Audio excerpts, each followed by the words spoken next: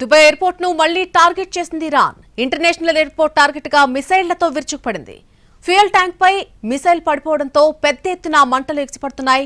వెంటనే అలర్ట్ అయిన ఎమర్జెన్సీ సిబ్బంది మంటలను అదుపులోకి తెచ్చేందుకు ప్రయత్నిస్తున్నారు. ఈ ఘటనలో 11 మందికి గాయాలయ్యాయి.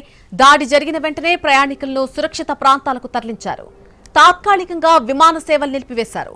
ఖమేనీ హత్య తర్వాత అదే రోజు దుబాయ్పై విరుచుకుపడింది ఇరాన్. ఫిబ్రవరి 28న ఇంటర్నేషనల్ ఎయిర్పోర్ట్లోని మెయిన్ టెర్మినల్ ను టార్గెట్ చేసింది. ఆ ఘటనలో 4 గాయాలయ్యాయి. కొద్దిగా డ్యామేజ్ అయింది. దాంతో ఎయిర్పోర్ట్ ను తాత్కాలికంగా మూసేశారు. ఆ తర్వాత మళ్లీ రీఓపెన్ చేశారు. విమాన రాకపోకలు కూడా మొదలయ్యాయి. ఇంతలోనే ఈ నెల 1న మళ్లీ సర్ప్రైజ్ అటాక్ చేసింది ఇరాన్. ఎయిర్పోర్ట్ సమీపంలో భారీ పేలుడు జరిగింది. పెద్ద ఎత్తున పొగ ఎగిసిపడింది. ఇక ఈ సమయంలోనే చాలా మంది భారతీయులు ఎయిర్పోర్ట్లో చిక్కుకుపోయారు.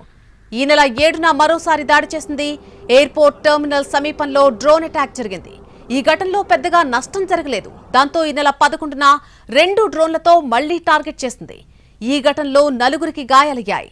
కాసేపు విమాన సేవలు నిలిపివేశారు. అరగంట తర్వాత మళ్లీ పునరుద్ధరించారు.